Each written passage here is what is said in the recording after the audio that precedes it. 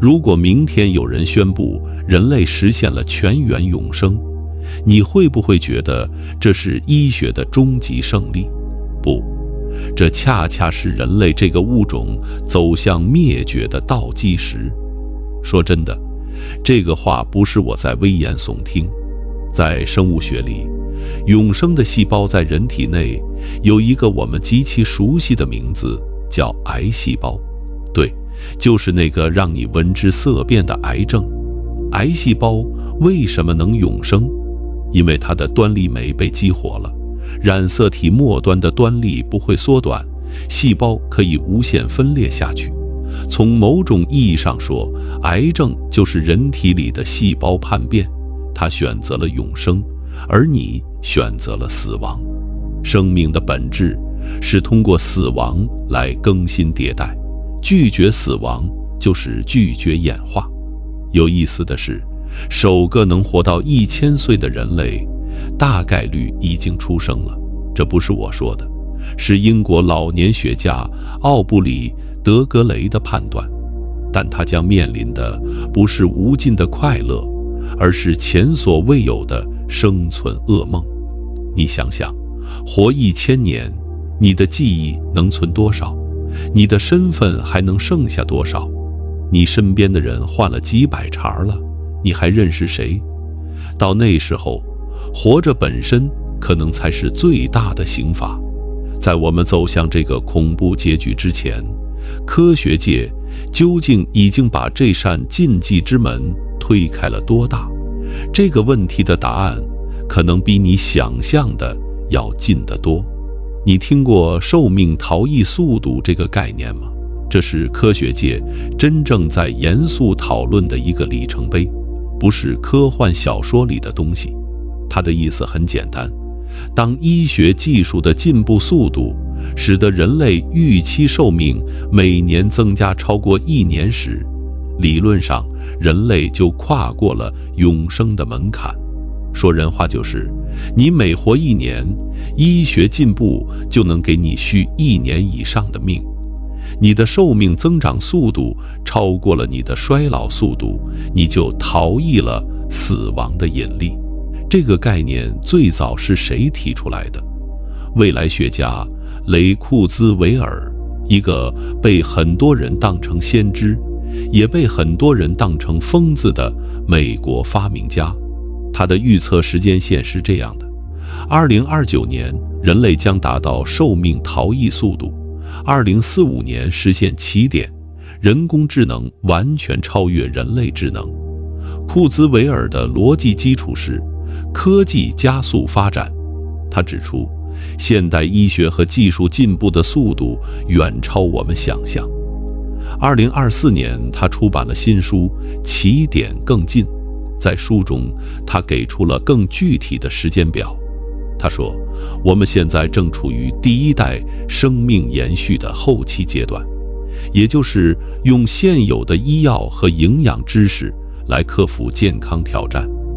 20年代，我们将进入第2阶段，生物技术与人工智能融合。30年代迎来第3阶段，利用纳米技术彻底克服生物器官的局限性。进入这一阶段后，人类的寿命将远远超过现在120岁的极限。库兹韦尔的预测有没有道理？有，但太激进了。主流生物学界的看法要保守得多。很多研究者认为，本世纪末可能实现无限期寿命延长。注意，不是永生，是无限期寿命延长。这两者有本质区别。前者是你可以一直活下去，但仍然可能被车撞死；后者是连被车撞都不会死。科学界追求的是前者。有意思的是，库兹韦尔有一个很巧妙的论证。他引用了精算数据说，从90岁到110岁，一个人在下一年死亡的几率每年增加约2个百分点。比如一个97岁的美国人在98岁之前死亡的几率约30%，如果能活到98岁，那么在99岁之前的死亡几率为32%，但从110岁开始，这个几率增长就放缓了。库兹韦尔认为，120岁并不是人类寿命的硬性限制。如果医学技术能在这个基础上每年抵消掉那2个百分点的增长，人就跨过了寿命逃逸速度的门槛。我认为库兹韦尔的时间表太乐观了，但方向是对的。为什么这么说？因为他忽略了一个关键问题：衰老不是单一问题，而是一组互相缠绕的问题。你解决了一个，其他的还在。就像你修好了老房子的屋顶，地基还在塌。但话说回来，如果你能同时修屋顶和地基呢？这就引出了下一个问题：衰老的本质到底是什么？你肯定也想过一个问题：为什么有些人80岁了还精神矍铄，有些人50岁就老态龙钟？这背后的差异不仅仅是基因，更是衰老速度的差异。科学家发现，同样年龄的人，他们的生物学年龄可以相差10岁甚至更多。一个人50岁，他的细胞可能看起来像40岁的，另一个人的细胞可能像60岁的。生物学年龄比身份证上的年龄更能预测你的健康状况和寿命。那生物学年龄怎么测？目前最靠谱的方法是表观遗传时钟，也就是脱氧核糖核酸甲基化水平。2013年，加州大学洛杉矶分校的史蒂夫·霍瓦斯发明了一种方法，通过检测脱氧核糖核酸上特定位置的甲基化程度，可以精确推算一个人的生物学年龄，误差不超过3岁。这个工具被称为霍瓦斯时钟，它让我们第一次有了一个客观的衰老仪表。有意思的是，这个时钟可以倒走，在某些表观遗传重编程实验中，生物学年龄真的被拨回去了。也就是说，衰老不是单向的，至少在细胞层面，它可以被逆转。这就像你的汽车里程表，不仅能停住，还能往回走。这在10年前是不可想象的。但不要高兴太早，细胞层面能逆转，不代表整个人能逆转。把一个衰老的器官变年轻，和把一个衰老的人变年轻，中间隔了108000里。你在培养皿里把一组细胞拨回年轻状态，和你把一个活人的心脏、大脑、肾脏、免疫系统同时拨回年轻状态，难度差了几个数量级。就像你在电脑上跑一个模拟程序，和你在现实中造一台真机，中间隔着工程学、材料学、安全性的天堑。衰老不是磨损，是程序报错。你可能一直觉得身体就像一台机器，用久了自然会坏，零件磨损，齿轮老化，油路堵塞。这个比喻很直观，但它是错的。身体不是一台用久了会坏的机器，身体是一套代码不断累积错误的系统。什么错误？脱氧核糖核酸损伤，表观遗传改变，蛋白质折叠错误，线粒体功能下降。这些不是物理磨损，是信息错误。你的身体每时每刻都在进行数以亿计的分子操作，每一次操作都有出错的可能。你每个细胞的脱氧核糖核酸每天遭受多达10000次的攻击，大多数被修复了，但总有漏网的。这些错误累积起来就是衰老。2013年，科学界首次提出了衰老的9大标志。到了2023年，这个名单扩展到了12个。2025年又新增了2个，变成了14个。这14个标志包括基因组不稳定、端粒损耗、表观遗传改变，蛋白质稳态丧失，细胞自噬失能，营养感应失调，线粒体功能障碍，细胞衰老，细胞外机制变化，干细胞耗竭，细胞间通讯改变，慢性炎症，生态失调，以及心理社会隔离。你不用记这些名字，你只需要知道一件事：衰老不是一个问题，是14个问题。你想治愈衰老，就得同时解决14个问题。这就好比你的电脑同时中了14种病毒，每种病毒破坏不同的系统模块，你装一个杀毒软件不够，得装14个。但这里有一个好消息，这14个标志里很多是互相关联的，解决一个可能顺带解决好几个。比如表观遗传改变被认为是衰老的主开关之一。哈佛教授大卫·辛克莱提出了衰老信息论，他认为衰老主要是因为表观遗传信息的丢失。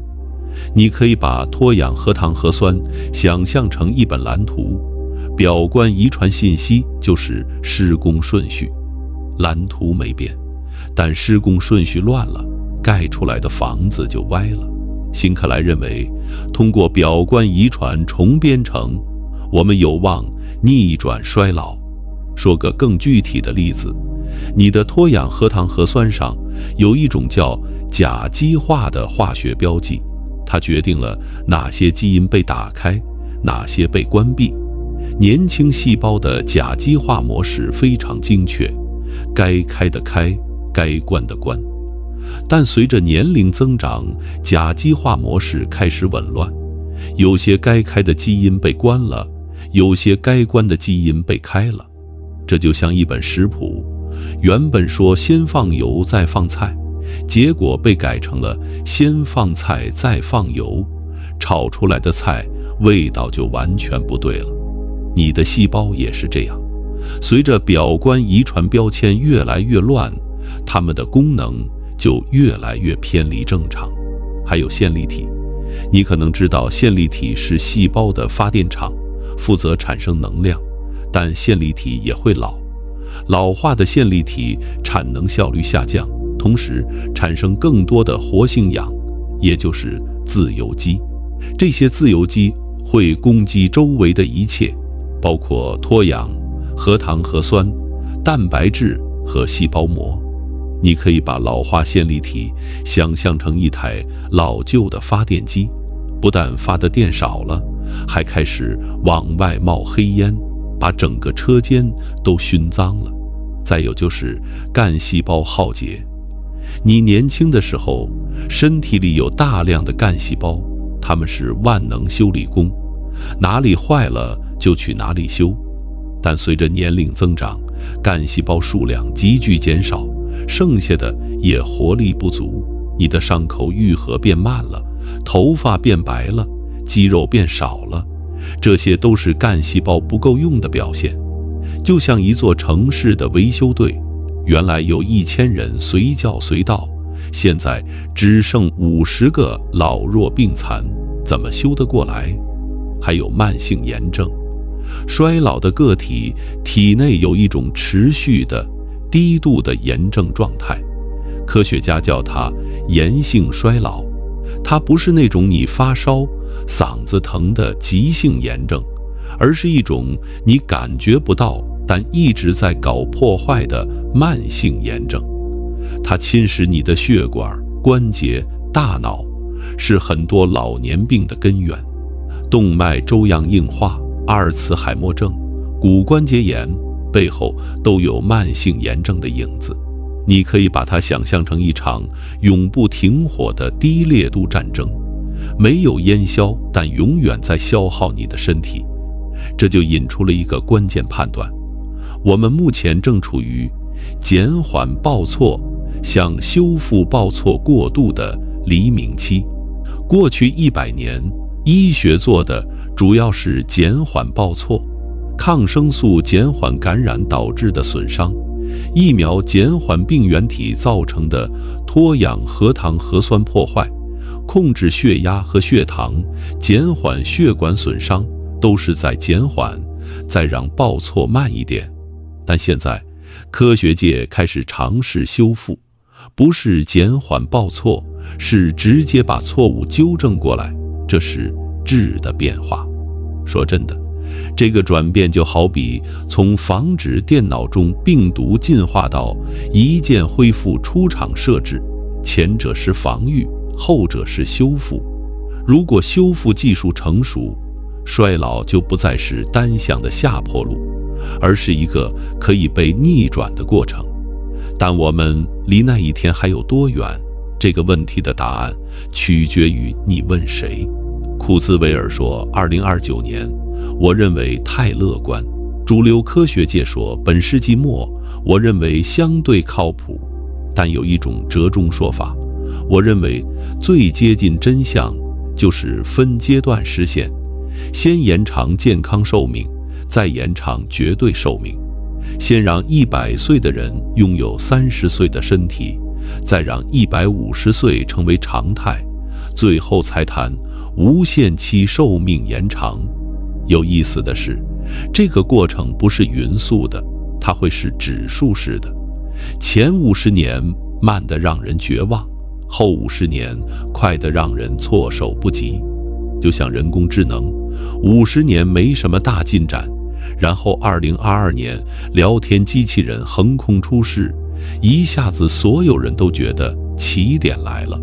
抗衰老研究可能也会走同样的曲线。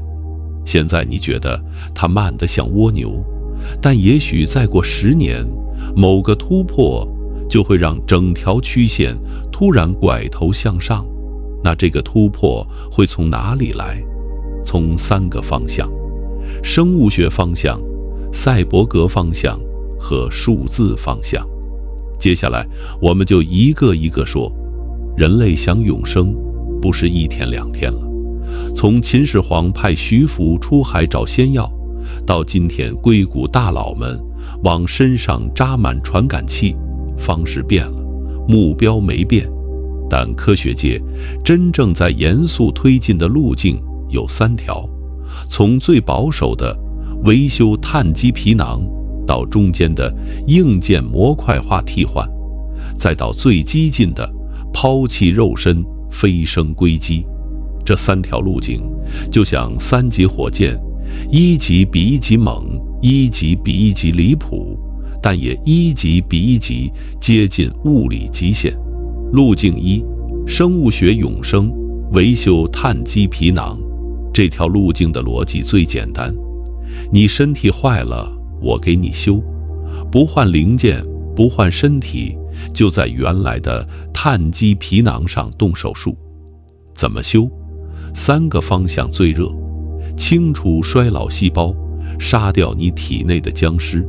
你体内有一种细胞叫衰老细胞，它们的特征是停止分裂了，但不死，就赖在那里不干活，还分泌毒素，破坏周围健康的细胞。科学家给它们起了一个很形象的名字：僵尸细胞。僵尸细胞是怎么来的？正常情况下，细胞受损后会启动自我毁灭程序，医学上叫细胞凋亡。但有些细胞出了故障，凋亡程序没跑通，它们卡在那里，既不分裂也不死。这些细胞会分泌一大堆炎症因子和蛋白酶，破坏周围组织功能。你可以把它们想象成公司里那些到了退休年龄但不退休的老员工，不干活，还天天在办公室里骂人，搞得年轻人也没法好好工作。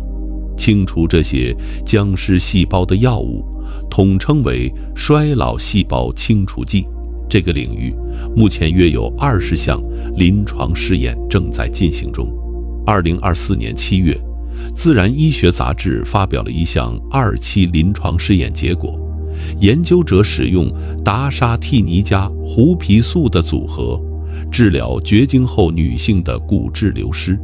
结果有点意思，在整体上未观察到显著改善，但在衰老细胞负荷较高的参与者中，骨形成增加了34%，骨吸收减少了11%。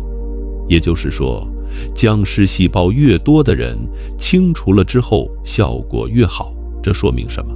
说明衰老细胞确实是导致衰老相关疾病的一个重要因素，清除它们确实能改善功能。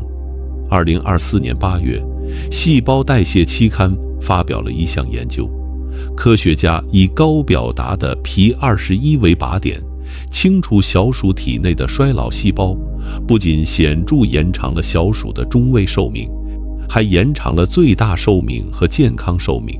注意，延长健康寿命和延长绝对寿命是两码事。很多药物能让你活得健康，但不一定活得久。这项研究两者都延长了。2025年2月，《自然衰老》子刊发表研究，8种衰老细胞清除化合物中，有4种可以降低血液样本的表观遗传年龄。也就是说，你的生理年龄真的被拨回去了。说个更直观的数据，在一项针对小鼠的实验中，研究者从3月龄小鼠身上提取衰老细胞，注射到同年龄健康小鼠体内。结果，接受注射的小鼠出现了明显的衰老特征，体能下降，毛发变白，握力减弱。反过来，如果用药物清除小鼠体内的衰老细胞，老年小鼠的体能明显改善，毛色恢复，平均寿命延长了20%到30%。这说明什么？说明衰老细胞不仅自己不干活，还会传染衰老给周围的健康细胞。就像办公室里一个摆烂的老员工，不仅自己不干活，还天天散布负面情绪，把周围本来干劲十足的年轻人也带废了。但衰老细胞清除有一个难点，就是怎么精确识别它们。衰老细胞和正常细胞长得很像，你不能用肉眼区分。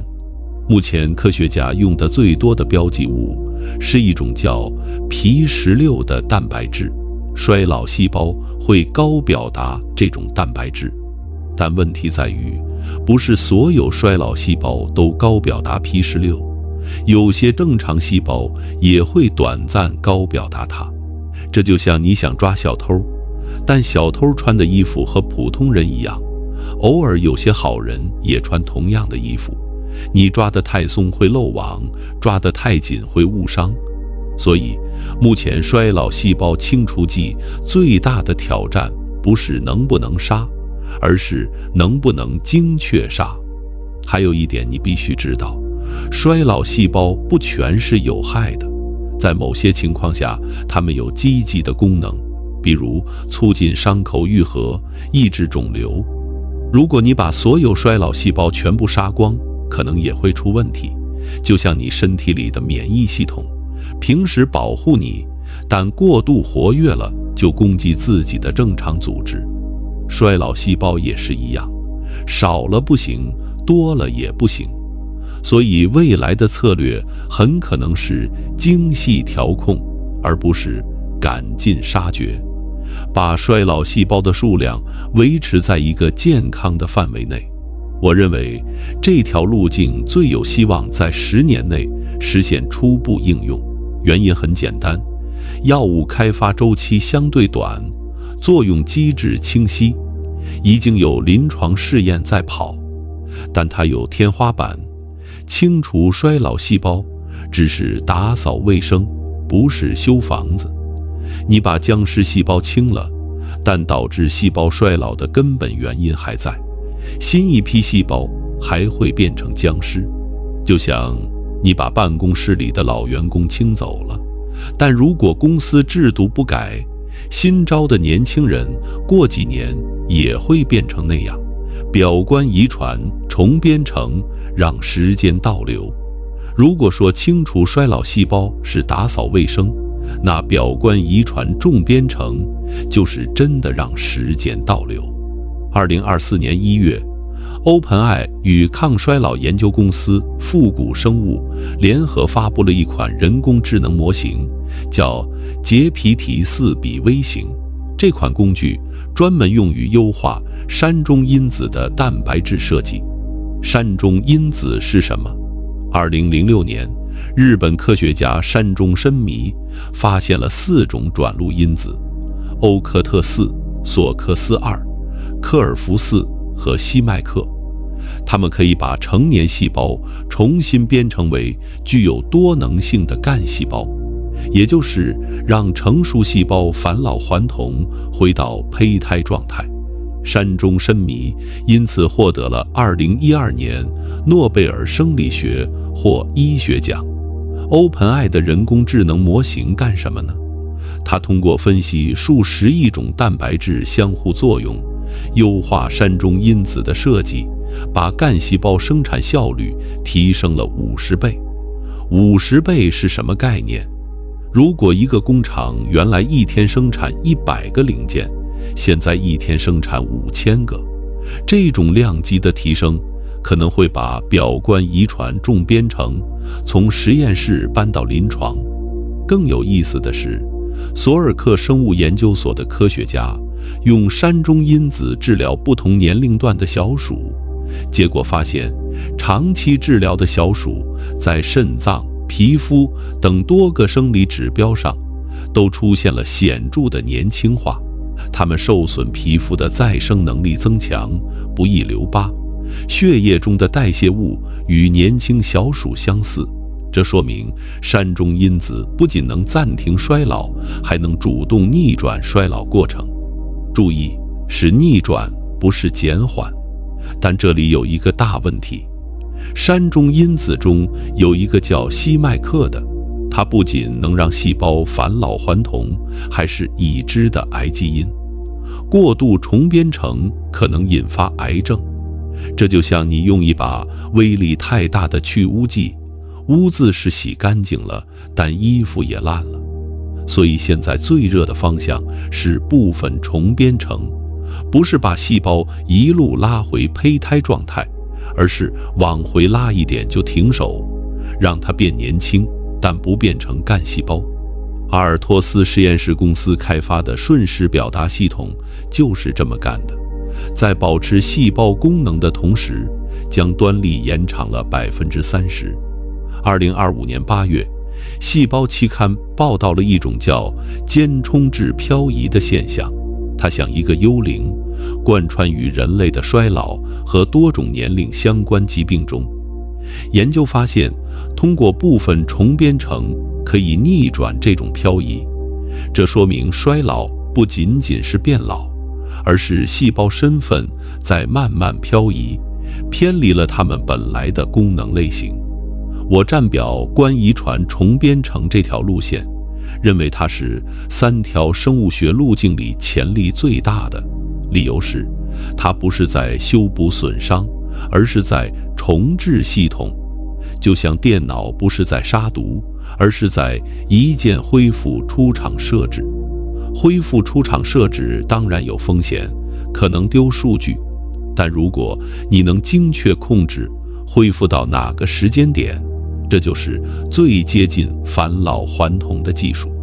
当然，什么时候能在人身上安全使用，我赌20年内有初步临床突破，50年内可能大规模应用。说真的，表观遗传重编程这个方向之所以让我兴奋，是因为它背后有一个很深刻的哲学。如果衰老是信息丢失，那么逆转衰老就是信息恢复。这和计算机科学里的数据恢复是一个道理。你硬盘格式化了，但数据还在磁道上，只要没被覆盖，用工具就能恢复。你的细胞也是衰老，不是信息被删除了，是信息被乱了，原本的施工顺序被打乱了。如果你能重新理顺这个顺序，细胞就变回了年轻状态。这个理念最让我着迷的地方在于，它暗示了一个惊人的可能性：衰老可能不是一个不可逆的物理过程，而是一个可以被重写的信息过程。如果你的身体是一台计算机，那么衰老不是硬件老化，而是软件变乱。只要你能重装系统，老化的硬件也能重新跑得飞快。这是辛克莱学说的核心，也是为什么我认为它值得被认真对待。但话说回来，从能重置一个细胞到能重置一个完整的人体，中间的工程难度是天文数字级的。你的身体有大约37万亿个细胞，每一类细胞的表观遗传标签都不同，你要把它们全部重置到正确的年轻状态，还不能同时把组织结构破坏掉。这就好比你要在不关机的情况下，把一台正在运行的计算机的系统文件全部重写，你必须同时保证系统不停机，数据不丢失，重写不出错。这难度有多高，你想想就知道了。端粒酶疗法破解生命倒计时牌。你的染色体末端有一段重复脱氧核糖核酸序列，叫端粒。它的作用就像携带末端的塑料帽，保护染色体不被损坏。但问题是，每次细胞分裂，端粒都会缩短一点。新生婴儿的白细胞端粒长度约1万个碱基，30岁降到7500，70岁低于5000。当端粒短到一定程度，细胞就停止分裂，进入衰老状态。所以端粒就是你的生命倒计时牌。那怎么破解？用端粒酶。端粒酶是一种核糖核蛋白酶，可以延长端粒，但人体大多数体细胞不表达端粒酶，这是进化的选择。因为端粒缩短是防癌的一道屏障，细胞分裂次数有限，癌变的风险就有限。如果你把端粒酶打开了，细胞可以无限分裂，但你同时打开了潘多拉魔盒。2024年6月，美国食品和药物管理局批准了首款端粒酶抑制剂雷特罗，用于治疗骨髓增生异常综合征。注意，是抑制剂，不是激活剂。医学界目前的主流方向是抑制端粒酶来治癌，而不是激活端粒酶来抗衰。为什么？因为激活端粒酶的致癌风险太大。但美国一家叫利贝拉的基因治疗公司已经开展了世界首个逆转衰老的收费临床试验，用腺病毒相关病毒做载体，将端粒酶逆转录酶递送到人体内。这个实验获得了哥伦比亚机构伦理审查委员会的批准。结果如何？目前还没有公布大规模数据。我认为端粒酶疗法是3条生物学路径中风险最高的，原因很简单，端粒缩短是进化设置的一道防癌屏障。你拆了这道屏障，确实可以延长细胞寿命，但你也给了癌细胞无限分裂的入场券。这就像你为了防止大楼倒塌，把承重墙拆了，短期内楼可能不会塌，但长期风险谁也说不准。所以我认为端粒酶疗法最终会作为辅助手段，而不是单独的抗衰老方案。它需要和完善的癌症监控技术配合使用，否则就是饮鸩止渴。说个有意思的事，你可能不知道，2009年诺贝尔生理学或医学奖就是颁给端粒和端粒酶研究的。3位美国科学家布莱克、本格雷德和绍斯塔克，因为发现端粒和端粒酶如何保护染色体而获奖。这说明端粒研究在科学界的地位是崇高的，不是什么边缘话题。还有一个你可能没想到的角度，端粒缩短不仅和寿命有关，还和压力有关。研究发现，长期处于高压力环境下的人，端粒缩短速度更快。比如照顾长期病患的家属，童年经历过创伤的人，他们的端粒长度普遍短于同龄人。这说明什么？说明心理压力不仅仅是心理问题，它会实实在在地写在你的脱氧核糖核酸上，加速你的生理衰老。你压力大的时候，你体内的细胞真的在变老。这不是比喻，是分子生物学事实。所以，如果你问我普通人现在能做什么来减缓端粒缩短，我的建议很简单：好好睡觉，好好吃饭，好好运动，少生气。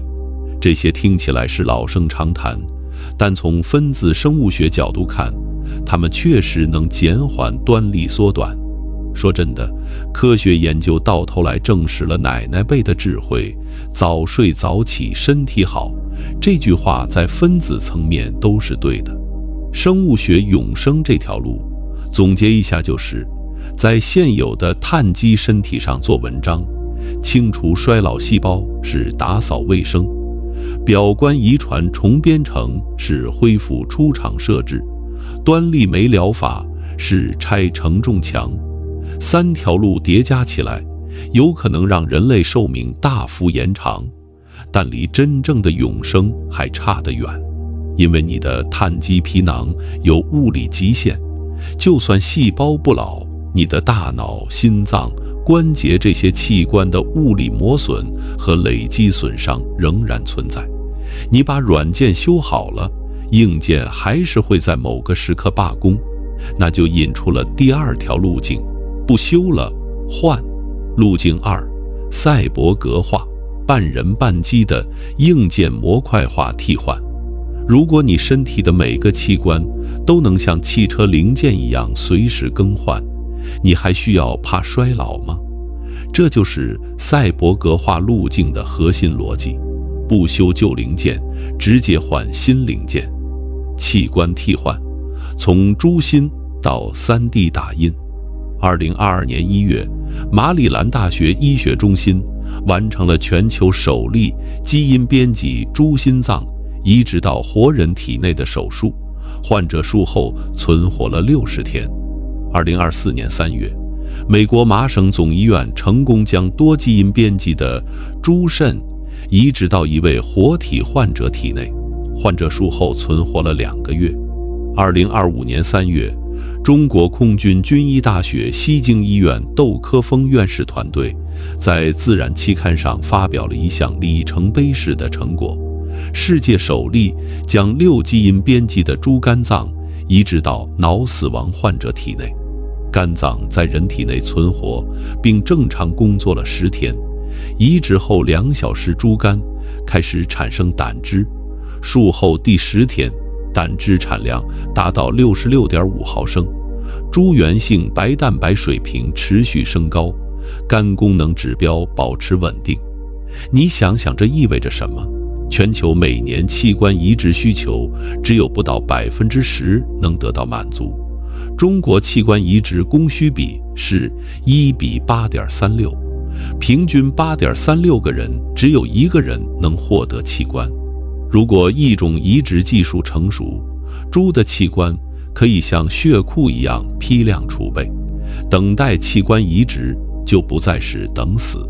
基因编辑技术敲除了引发超极性排斥反应的关键基因，同时引入了人类补体调节蛋白和血栓调节蛋白，让猪器官在人体内不被立刻排斥。2025年2月，美国食品和药物管理局批准了史上首个猪肾人体移植临床试验，标志着一种器官移植正式进入人体临床阶段。其中一家获批的公司是华人科学家杨鹿汉创办的。说真的，中国科学家在这个领域做得非常硬。窦科峰院士团队的猪肝移植是世界级的突破，登上了《自然》首页，新华社和人民日报都报道了。但一种移植有天花板，猪器官在人体内能工作多久？目前最长的记录也就是几个月，就算技术进步延长到几年、十几年，你还是需要反复移植，而且一种器官的功能和人类原生器官之间还是有差距。猪肝脏产生的是猪血清白蛋白，不是人血清白蛋白。长期使用会不会有未知的问题，谁也不知道。还有一个你可能没想到的风险，内源性病毒。猪的基因组里嵌入了一种叫猪内源性逆转录病毒的序列，这种病毒是写在猪的脱氧核糖核酸里的，你没法通过饲养环境消除它。它能从猪器官中激活并感染人体细胞。虽然目前的研究显示这种跨物种感染的概率很低，但万一发生了呢？想象一下，一个猪病毒在免疫力低下的移植患者体内变异，然后人传人。这不是科幻电影情节，这是美国食品药品管理局审批异种移植时最担心的问题之一。这也为什么基因编辑不仅要敲除排斥基因，还要尽可能敲除这些病毒序列。再说一个中国文化视角的趣事，中国在西元前就有过器官移植的传说。列子汤问里记载，扁鹊给鲁公户和赵齐英做了心脏互换手术，因为一个心智强但气弱，一个智弱但气强，换完就好了。当然这是传说，不是信史，但它说明人类想换器官的愿望已经有几千年了。今天窦峰院士团队在《自然》上发的猪肝移植论文，某种意义上是在把2000年前的传说变成现实。说真的，作为中国科学家，把这件事做到世界领先水平，还是让人很骄傲的。所以另一条路更值得关注，3D 生物打印器官。2024年11月，深圳清华大学研究院展示了全球首台 3D 类器官打印机。这项技术可以打印心脏细胞和其他生物材料构成的类器官，已经进入临床科研阶段。2024年，美国麻省理工学院团队开发了多光子光刻技术，将生物打印分辨率提升到200纳米级别，可以打印毛细血管级别的血管网络。以前 3D 打印的组织内部因为没有微血管，容易缺氧坏死，坏死率高达30%。现在纳米级打印可以构建完整的血管网络，这意味着打印出来的器官可以真的活起来。你想想 3D 打印器官如果能实现意味着什么？第一，再也不用等捐赠者了，你要一个肾，打印一个就行，几天之内就能拿到。第二，可以个性化定制，用你自己的细胞打印，不存在排斥问题。第三，可以在手术台上现场打印，切掉一个肿瘤肝，马上打印一个新肝接上去。这不再是什么遥不可及的科幻场景，实验室里已经打印出了结构简单的心脏组织、血管和皮肤。但 3D 生物打印有一个核心技术难点，就是血管化。任何超过1毫米厚的组织都需要毛细血管来供氧和营养。如果你打印了一块肝组织，但没有血管网络，内部的细胞会缺氧死亡。这就是为什么以前的 3D 打印器官都是薄的、小的，因为太厚了就活不了。但2024年，美国麻省理工学院的多光子光刻技术把分辨率提到了200纳米级别，终于可以打印毛细血管级别的微管道网络。这意味着打印出来的组织可以真的有血管在里面流通，细胞不会闷死。这是从打印一块死肉到打印一个活器官的质变。还有一条暗线值得关注：类器官技术。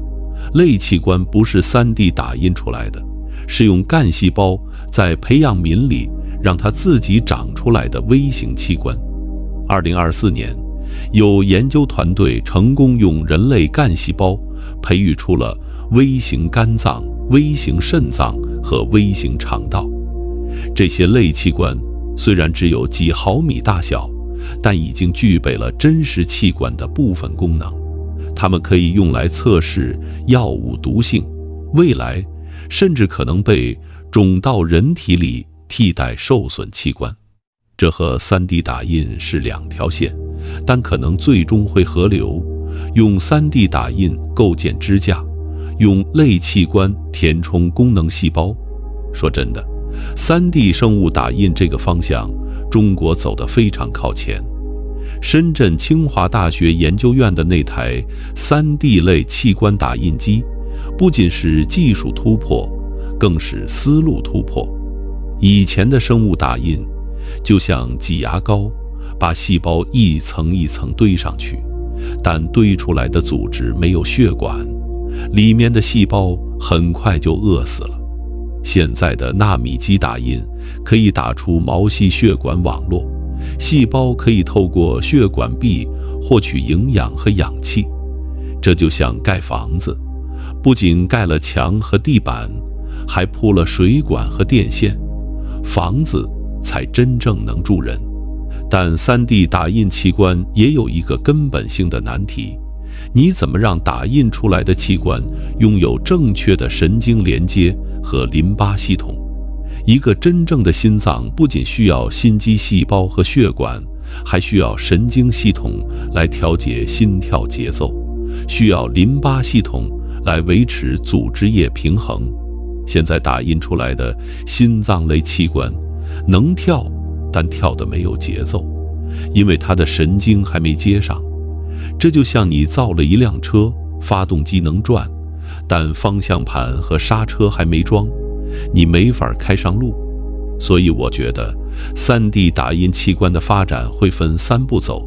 第一步，打印简单的组织，比如皮肤、软骨、血管补片，5年内可能进入临床。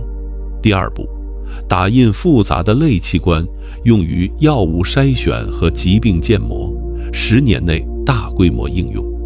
第三步，打印真正可用于移植的完整器官，15到20年，每一步都比前一步难10倍。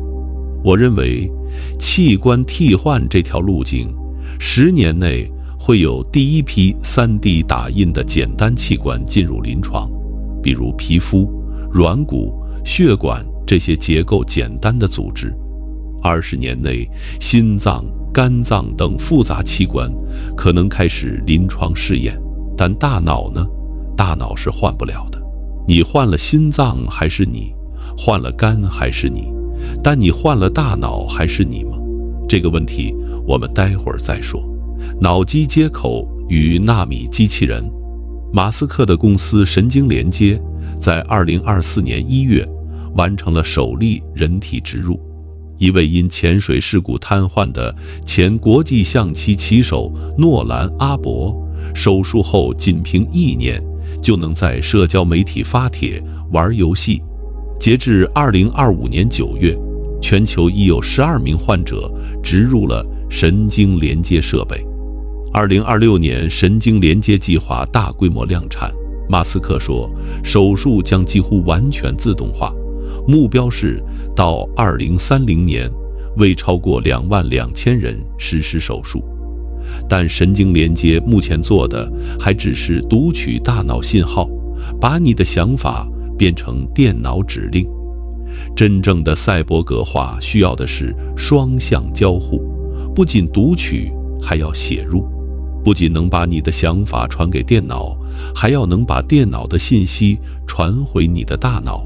想象一下，你直接下载了一个驾驶技能包，或者直接在视觉皮层里播放了一段视频。这不是不可能，但距离现在还很远。说点国内的进展，因为这方面中国跑得非常快。中国团队研发出了65000通道的脑机接口芯片，通道数远超神经连接的1024通道数。意味着什么？意味着你能同时听到多少个神经元在说话。1000个通道，就像你在嘈杂的广场上用一个小麦克风录音；65000个通道，就像你部署了一整面墙的麦克风阵列，数据量完全不在一个量级。天津大学和清华大学联合开发了一套无创双环路系统，不需要开颅就能用。国家医保局在2025年3月已经为脑机接口收费立项了。这意味着什么？意味着官方已经认可这是一个正式的医疗技术门类，不再是实验室里的玩意儿。更有意思的是，脑机接口不只是用来给瘫痪患者恢复运动能力，它还有一个更深远的应用，治疗精神疾病、抑郁症、强迫症、创伤后应激障碍。这些病本质上是大脑回路的异常，如果能精确地刺激特定回路，就有可能重置异常的大脑活动。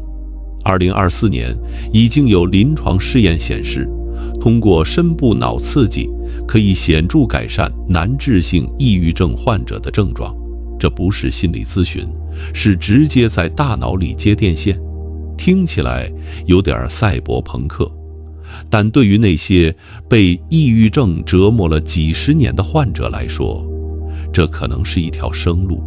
还有人工耳蜗，这其实是人类最早也是最成功的脑机接口，它直接刺激听神经，让壮人听见声音。从人工耳蜗到神经连接，技术跨度看起来很大，但底层逻辑是一样的，都是把电子信号转换成神经信号。人工耳蜗做了几十年了，全球超过100万人使用。所以脑机接口不是什么新鲜事物，它只是在向更复杂、更精细的方向发展。国内在脑机接口领域也跟得很紧。2024年，中国团队研发出了65000通道的脑机接口芯片，通道数远超神经连接的1024通道。天津大学与清华大学联合开发了一套无创双环路系统，不用开颅就能实现脑机交互。2025年3月，国家医保局为脑机接口专门设立了收费项目编码，这意味着脑机接口技术已经进入了临床应用的快车道。你知道，在中国这意味着什么？医保能报销了，这项技术就不是实验室玩具了。还有一个你可能没注意到的突破，神经连接的第2例植入手术在2025年3月完成。第2位患者是一位脊髓损伤的瘫痪者。更重要的是，2025年神经连接还获得美国食品药品管理局突破性认证的盲视设备。这种设备直接刺激视觉皮层，让盲人看到图像。这意味着脑机接口不仅仅是帮瘫痪患者控制电脑，它还能直接向大脑写入感觉信号，从读取到写入。这中间的技术跨度虽然大，但方向已经对了。你可能觉得脑机接口和永生有什么关系？关系大了。如果你的大脑可以和外部计算机直接通信，那你的大脑就不再被困在颅骨里了。你的计算能力、记忆容量、感知范围都可以被外部设备扩展。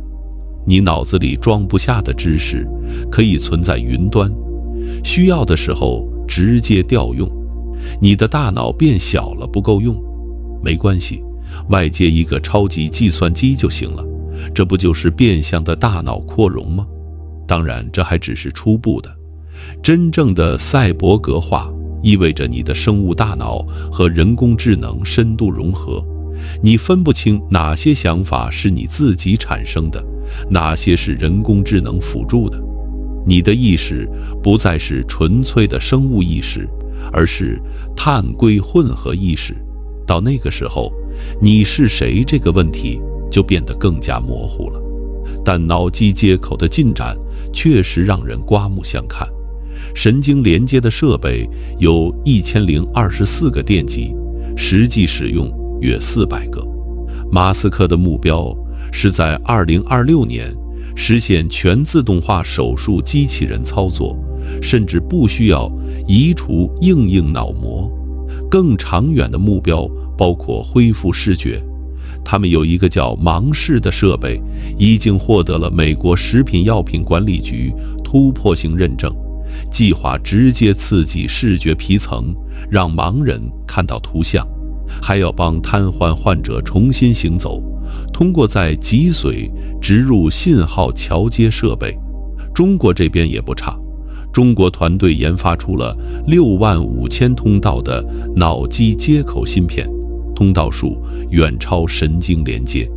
天津大学和清华大学联合开发了一种无创双环路系统，不需要开颅就能使用。2025年3月，国家医保局正式为脑机接口收费立项，这意味着这项技术已经正式进入临床应用阶段。但你要知道，脑机接口现在的能力还非常有限，它能让你用意念控制鼠标移动，但传输带宽极低。神经连接目前的信息传输率大约是每秒几个比特，相当于一个极慢的调制解调器。而人脑内部的信号传输带宽是每秒10000亿比特级别，这中间差了10几个数量级。就像你用一根细吸管去推一条河，杯水车薪。说真的，脑机接口最让我觉得有意思的地方，不是技术本身，而是它的社会影响。当一个人的大脑可以直接连接互联网，他的认知能力将远超未植入的人。一个植入了脑机接口的人，可以在几秒钟内查到任何信息，可以直接用意念和另一个植入了接口的人通信。那未植入的人怎么办？他们会被远远甩在后面，成为认知上的原始人。这就是赛博格化的一个隐忧，它可能造成人类有史以来最大的不平等，不是财富的不平等，而是认知能力的不平等。中国在这个领域也不遑多让。2024年，中国团队研发出了65000通道的脑机接口芯片，通道数远超神经连接的1024。天津大学和清华大学联合开发了一套无创双环路系统，不需要开颅就能实现脑机交互。2025年3月，国家医保局正式为脑机接口设立收费项目，这意味着脑机接口在中国已经进入了医疗体系认可的阶段。说真的，脑机接口这个方向让我既兴奋又担忧。兴奋的是，它能让淬混者重新行走，能让盲人重见光明，这确实是了不起的技术。担忧的是，当你的大脑和互联网直连的时候，你的思想还私密吗？黑客能读取你的想法吗？广告商会直接在你脑子里推送广告吗？这不是科幻。如果脑机接口普及了，这些都是必须面对的问题。你可能觉得脑机接口和永生有什么关系？关系大了。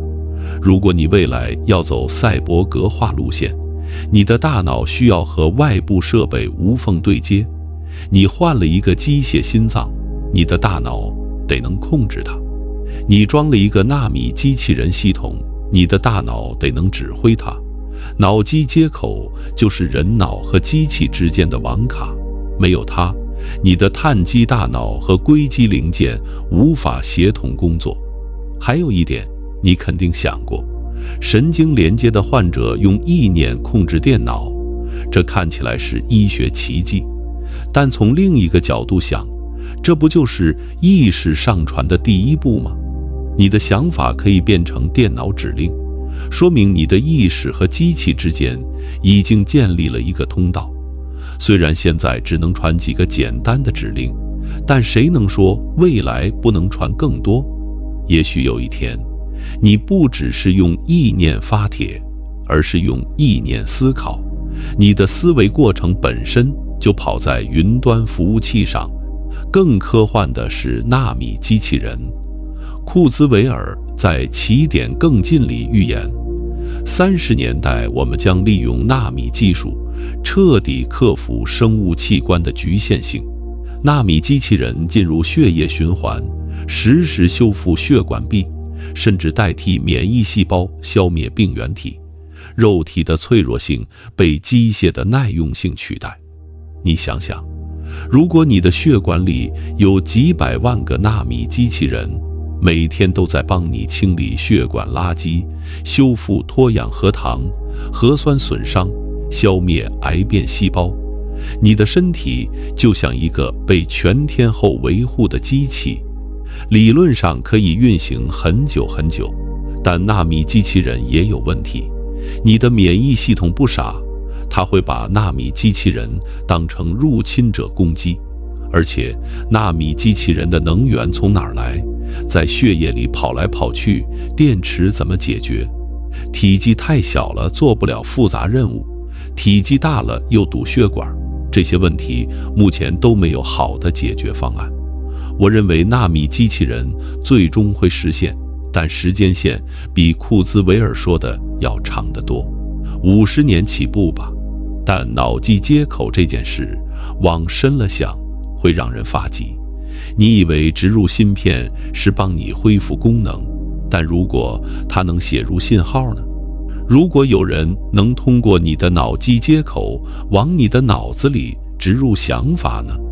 你以为是自己的念头，其实是别人发来的数据包。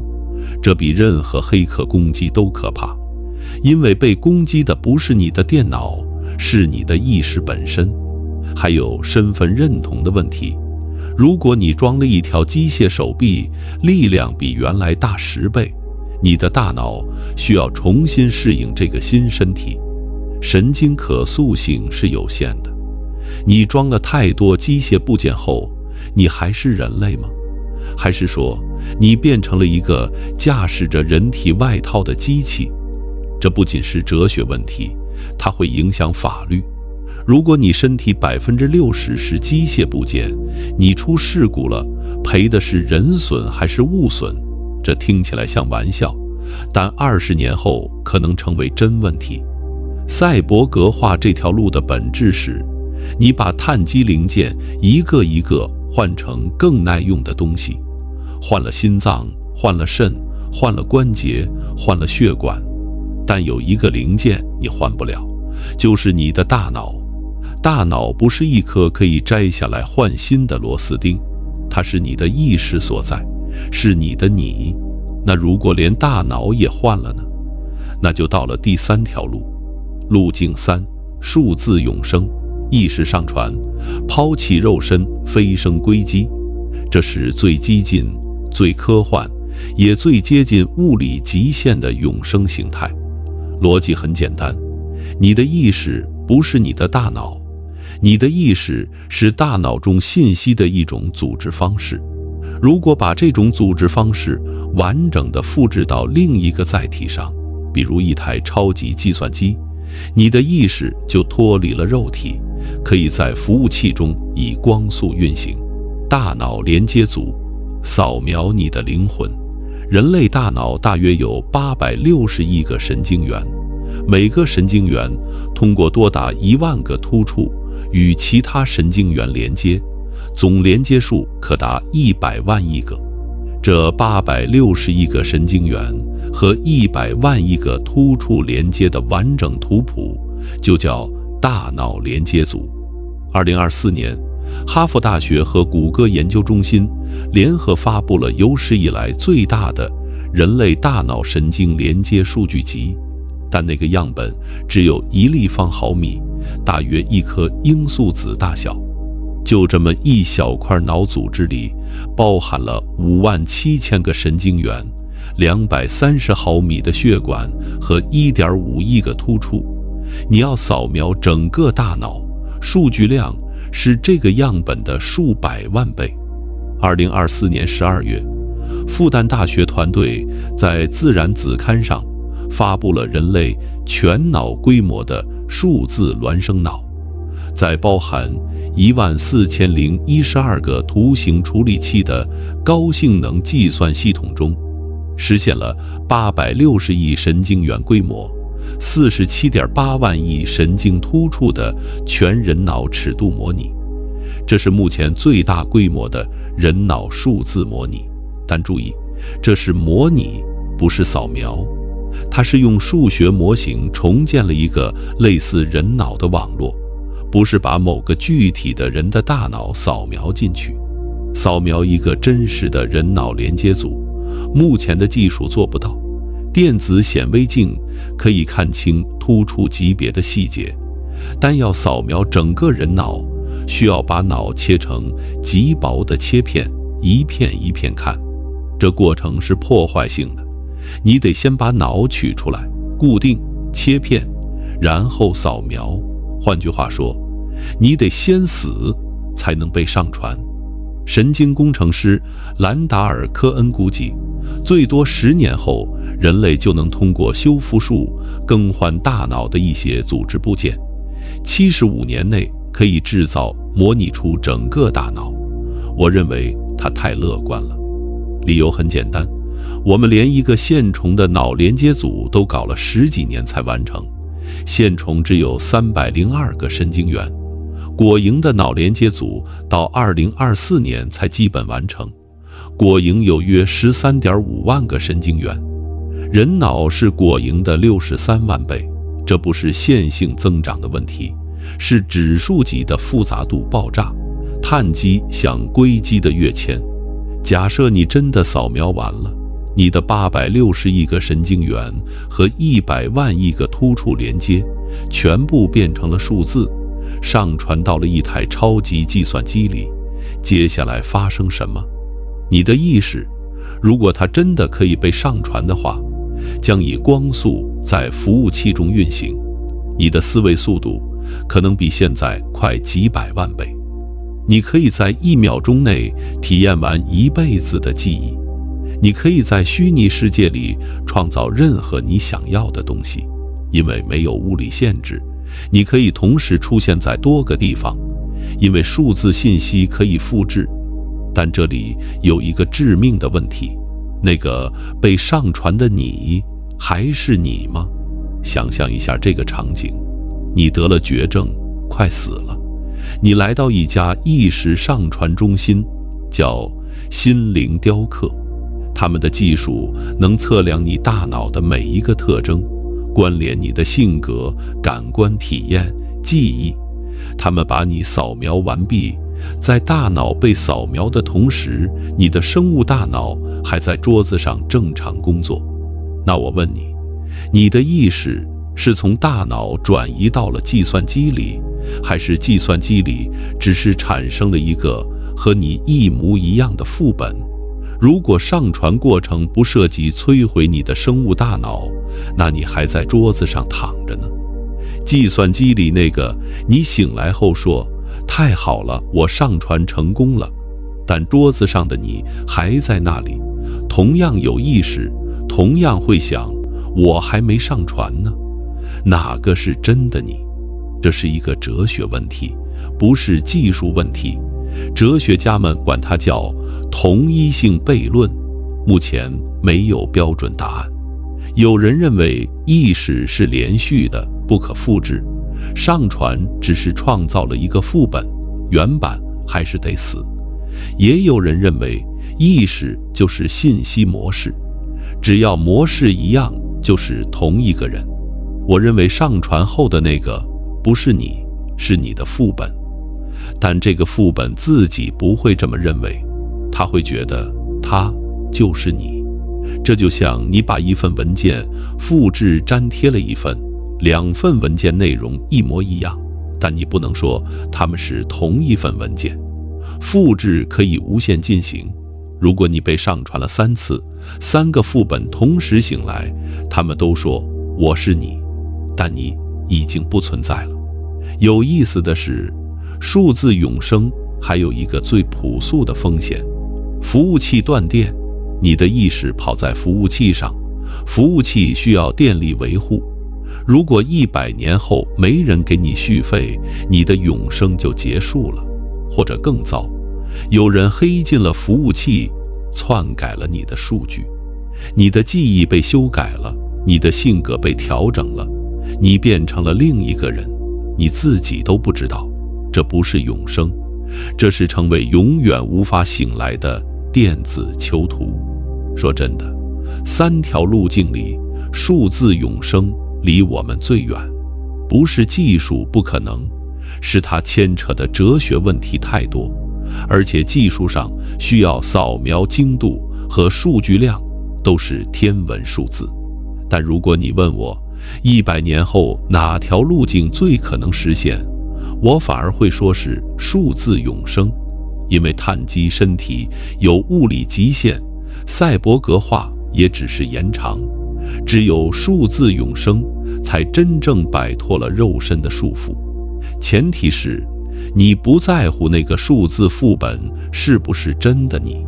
3条路径说完了，你可能已经发现了，永生不是1扇门，是3扇门，每扇门后面都不是天堂，而是新的深渊。那这个深渊到底是什么？我们继续。前面说的都是技术，是怎么做到。接下来要说的是，做到了之后会怎样？你会发现，永生的真正恐怖，不在于技术做不到，而在于做到了之后，你会发现活着比死了还累。癌细胞悖论，永生的生命不演化。你可能还记得我在开篇说的那句话，癌症就是人体里选择了永生的细胞。现在我们把这个逻辑放大到整个物种，生物为什么要死？不是因为死亡是好东西，而是因为没有死亡的物种会被自然淘汰。这听起来矛盾，但你仔细想想，演化的核心机制是什么？是变异加选择。每一代个体之间有差异，环境选择适应的，淘汰不适应的。但如果一个物种永生了，老一代永远不死，新一代永远没有机会。资源是有限的，空间是有限的，永生的人口占据了所有位置，新生命无法出生，或者出生了没有资源。更致命的是，永生的物种停止了演化，因为演化需要代际更替，需要老的死去，新的带着变异出生。如果没有人死去，就没有基因更新。环境变了，寄生虫变了，病毒变了，气候变了，但永生的人群基因不变。一场新的瘟疫来了，全人类都是几百年前的基因库，对新病毒毫无抵抗力。一场气候巨变来了，所有人体内的代谢系统还是上一纪元的设计，完全不适应新环境。这就是为什么所有复杂多细胞生物都有衰老机制。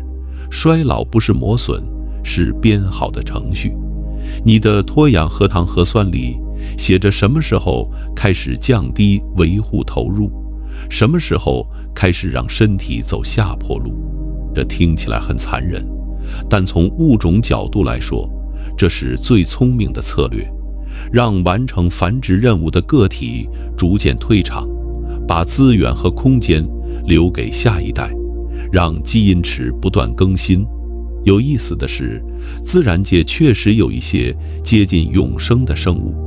灯塔水母可以在成年后返老还童，回到水螅状态，理论上可以无限循环。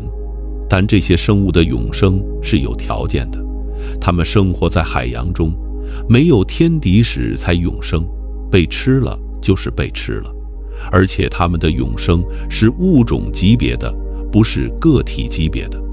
灯塔水母的永生策略本质上是一种无性繁殖，老的个体变成新的个体，老的实际上已经不存在了。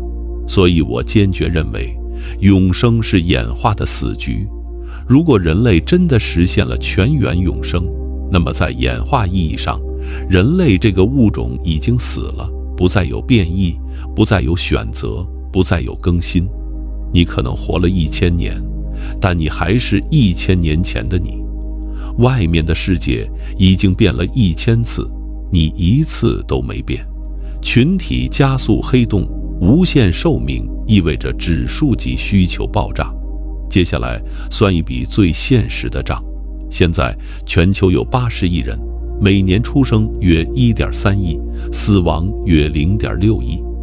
如果人类不再死亡，每年只增不减，100年后人口就是800亿，200年后1600亿。地球的承载力是多少？目前最乐观的估计是100亿人能活得还可以。超过这个数字，粮食、水、能源、空间全部告急。当然有人会说，到那时候我们可以去火星，可以去太空殖民地。但你想想，把80亿人运到火星需要多少火箭？太空殖民地在可见的未来只能容纳几万人，最多几十万人，跟几百亿人口比起来，杯水车薪。还有人会说，到那时候技术进步了，粮食可以用合成生物学制造，能源可以用核聚变。没错，技术确实会进步，但技术进步也是有物理极限的。地球的面积就那么大，太阳能的总量就那么多，热力学第2定律不会因为你有永生技术就手下留情。而且永生人口的资源需求是加速增长的。一个活了500岁的人，他的财富积累、人际关系、社会地位已经深不可测。经济学里有个概念叫复利效应，永生的人有时间做无限次复利，贫富差距会大到无法想象。你想想，巴菲特活了90多年，就积累了那么多财富。如果有人能活500年呢？他能买下整个地球。这不是我的臆想。经济学家皮凯蒂在21世纪资本论里已经指出，资本的回报率长期高于经济增长率，意味着财富会向少数人集中。在有限寿命的条件下，遗产税和代际更替还能起一些重新分配的作用。但如果人永生了，财富永远不分配，永远在积累，基尼系数会趋向无穷大。一小撮永生者拥有一切，大量永生者一无所有。这不是科幻，这是数学。所以永生带来的第一个社会问题就是资源和财富的极端集中。这不是什么政策能解决的。只要寿命无限，复利效应就会把差距拉到天际。数字存在主义，你是谁？你还能证明吗？如果走的是数字永生路径，问题更加烧脑。你的意识被上传到服务器里，在虚拟世界中继续生活，但那个你到底是谁？你每天醒来，记忆是连续的，你觉得你还是你，但在数字世界里，你的记忆是可以被编辑的。如果有人或者某个管理服务器的超级人工智能，在你不知情的情况下修改了你的记忆，删掉了一些不愉快的经历，植入了一些虚假的快乐回忆，你能发现吗？不能，因为你的自我认知完全依赖于记忆，记忆改了，你就变了。但你不会觉得有任何异常，因为你的记忆告诉你，一直都是这样的。这比任何监狱都可怕。因为监狱里的囚犯至少知道自己在坐牢，而被篡改记忆的数字灵魂连自己被囚禁都不知道。更有意思的是复制问题，如果你的意识是数字信息，那它就可以被复制。复制一次，两个你同时存在；复制10000次，10000个你散布在不同的服务器里，每一个都觉得自己是真正的你。那到底哪个是？如果其中一个被删除了，是死了一个人吗？还是只是删了一个文件？这些不是空洞的哲学推演。如果数字永生真的实现，这些问题就需要法律来回答。一个被复制的数字意识有没有独立的人权？原版和副本之间的财产怎么分？副本犯罪了，原版有没有责任？这些问题，目前的法律体系完全无法处理。说真的，这让我想起一个中国哲学故事：庄子梦蝶。庄周梦见自己变成了一只蝴蝶，翩翩飞舞，不知道自己是庄周。醒来后，他困惑了，到底是庄周梦见自己成了蝴蝶，还是蝴蝶梦见自己成了庄周？在数字永生的场景里，这个问题不再是文学意象，而是切实的技术困境。你的数字副本醒来后，他完全相信他就是你，他有你的全部记忆，你的全部性格，你的全部情感。他不觉得自己是个副本，他觉得自己就是那个被上传的你。如果你已经死了，那他活下来算是你活下来了吗？说真的，这个问题想多了会发疯的。但这恰恰是为什么数字永生不是永生，而是一种新型的生殖。你不是延续了你自己，你制造了一个和你一模一样的新实体。死亡没有被战胜，死亡只是被换了一种形式，从肉体的消亡变成了信息的转移。你的肉体死了，你的信息活着，但那个信息不再是你。说真的，数字永生最恐怖的不是技术做不到，而是做到了之后，人这个概念本身就崩塌了。你不再是一个不可分割的个体，你是一串可以被复制、修改、删除的数据。你的自我变成了一个可以被管理员权限操作的对象。这不是永生，这是永恒的不确定性。心理地狱，活1000年，你会变成什么？抛开所有的技术和社会问题不谈，单从心理层面来说，永生就是一场噩梦。你想想，你现在才活了20-30年，是不是已经觉得很多事情重复无聊了？你看过多少次日出，吃过多少顿饭，说过多少次你好和再见？这些重复的事情，你做了几十年就已经觉得疲惫了。现在把这些重复乘以30倍，300年，你还能保持对生活的热情吗？心理学研究发现，人类的意义感很大程度上来源于生命的有限性。正因为你不知道还能活多久，所以每一天才珍贵。正因为你知道自己迟早会死，所以你才会去追求、去创造、去爱。如果一切都来得及，如果一切都可以无限重复，那一切都变得毫无意义。你可以明天再做，明年再做，下个世纪再做，拖延不再是问题，因为你有无限的时间。但问题是，当你有无限时间的时候，做和不做之间的区别就消失了。更有意思的是，记忆的问题，你的大脑容量是有限的。数字存储虽然理论上是无限的，但你的意识能够处理的记忆是有限的。活了1000年，你还记得20岁时初恋的脸吗？还记得你的父母吗？还记得你第一个朋友的名字吗？这些记忆会被新的记忆覆盖挤掉。你活了1000年，但你的记忆里只有最近100年的事。你20岁时的那个你已经不存在了，不是死了，是被遗忘了。遗忘是另一种形式的死亡。说真的，这可能是永生最残酷的部分。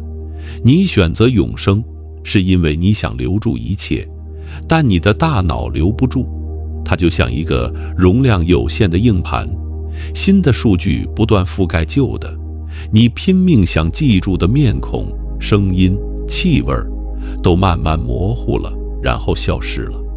你活了1000年，但你真正记得的可能只有最近50-60年，之前的900多年只留下一些模糊的印象和偶尔闪回的碎片。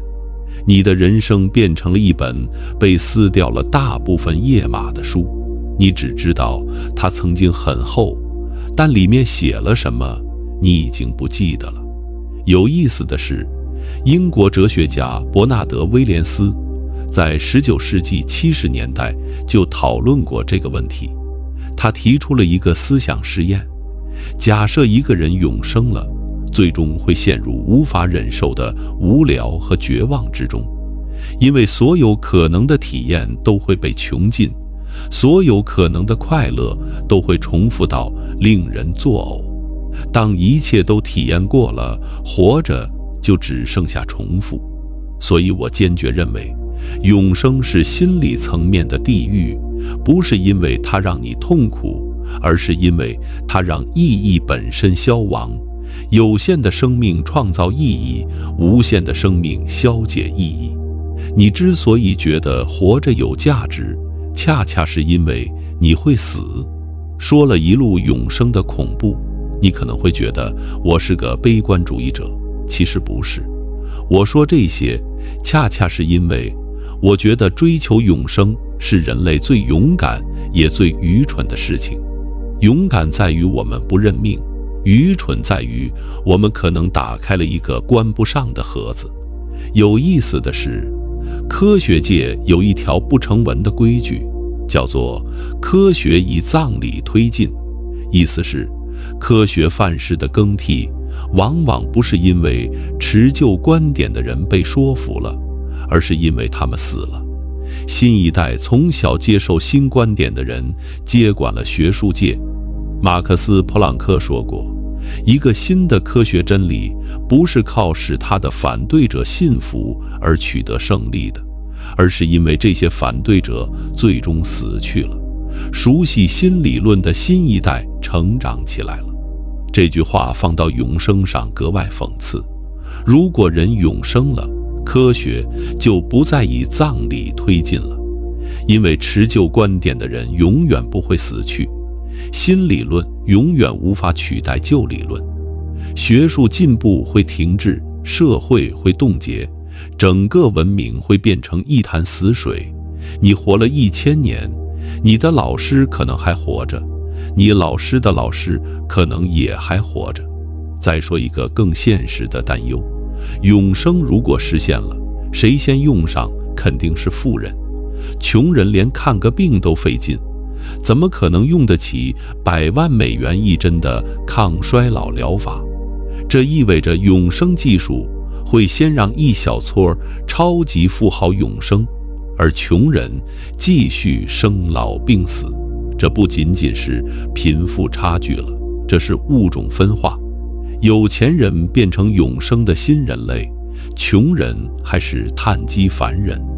科幻小说里经常出现这种设定，但如果它变成现实呢？更可怕的是，如果富人永生了，他们就没有动力把财富传给下一代了，因为下一代这个概念对他们来说不存在了。他们永远富有，永远占着位置，社会流动性彻底归零。年轻人不管多有才华，永远没有机会上位，因为上面的位置永远被永生者占着。这不是我在危言耸听，这是数学推导。只要永生技术存在，只要它不是完全免费的，它必然导致阶层固化到极端。那我们该怎么办？我认为答案不是放弃永生研究，恰恰相反，我们应该全力研究。因为即使我们最终选择不永生，理解衰老和死亡的机制，本身就能极大地改善人类的健康寿命，让100岁的人拥有50岁的身体。这不是永生，这是对生命质量的尊重。永生可能就是宇宙给智慧生命的终极考验，给你技术，看你会不会按下那个按钮。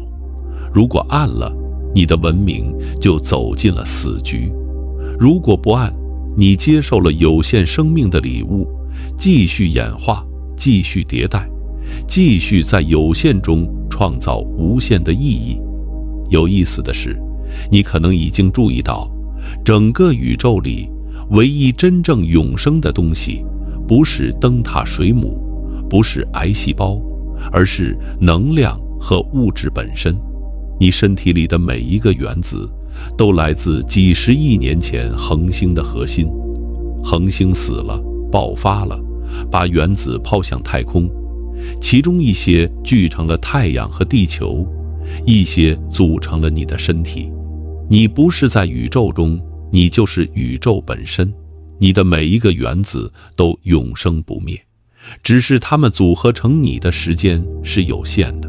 从这个角度看，你本来就是永生的。你的原子会比你活得更久，它们会在你死后散去，变成土壤的一部分，变成一棵树的一片叶子，变成另一颗星球上的一粒尘埃。你不死，你的原子就无法重新组合，就无法变成新的东西。你的死亡是宇宙给你的原子们的自由，让他们去组成新的故事。说真的，这可能是我能想到的关于死亡最治愈的一种说法了。你不是消失了，你是解散了。